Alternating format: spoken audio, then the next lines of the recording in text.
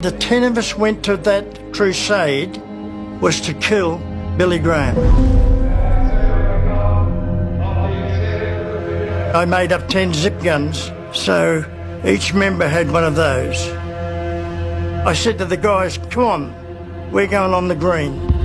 And we spaced ourselves so that we could see each other around where Billy Graham was preaching.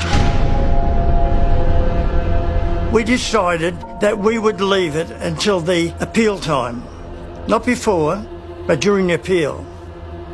We would kill Billy Graham.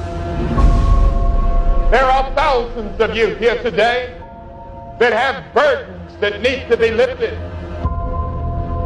My gun was under my jumper, and I'm standing there, and I looked around at this crowd, and I thought, what the dickens are all these people doing here? And I turned back around, and then suddenly a voice said to me, what are you doing here, George?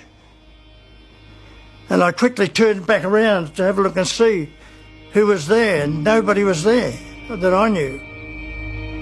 And I got very uncomfortable about that, I can tell you. Very uncomfortable.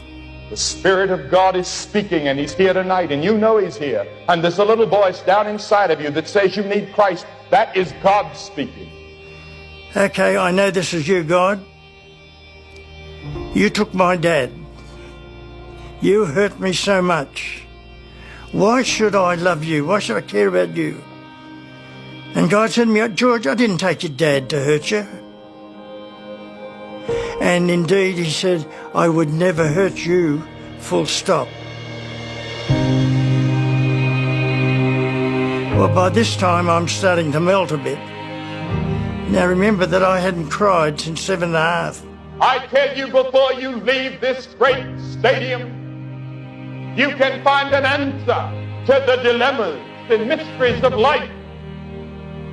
If you will come and surrender yourself without reservation to Jesus Christ.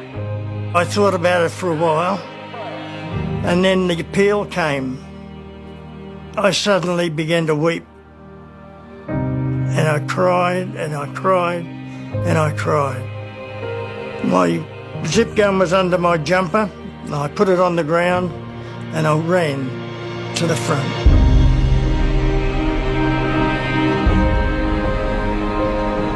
There may be many factors that led you to this moment, but there is a climactic moment when you give your life to Christ. And you do it by faith. Faith in Christ.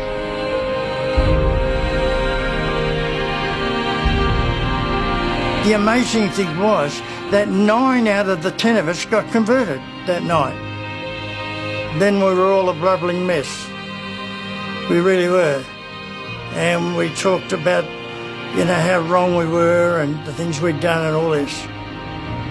It was quite a night, let me tell you, quite a night.